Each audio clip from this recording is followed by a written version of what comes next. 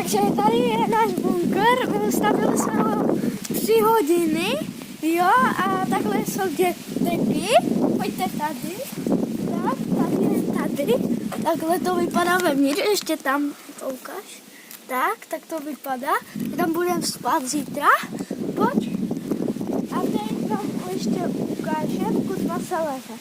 Leze se týma, tam tak vlezete, pojď, les, no takhle tam vypadá, jo, tak a ještě to je tady připevněné třeba tak 200 kolíčků a to je medalové, takže jakože takhle.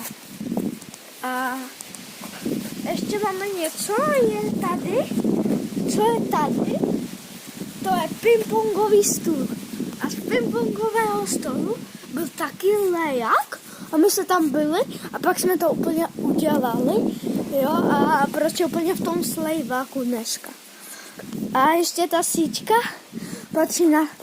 patří na ten stůl a jakože my jsme ji sundali, protože to nám přišlo trápné. No a to je vše.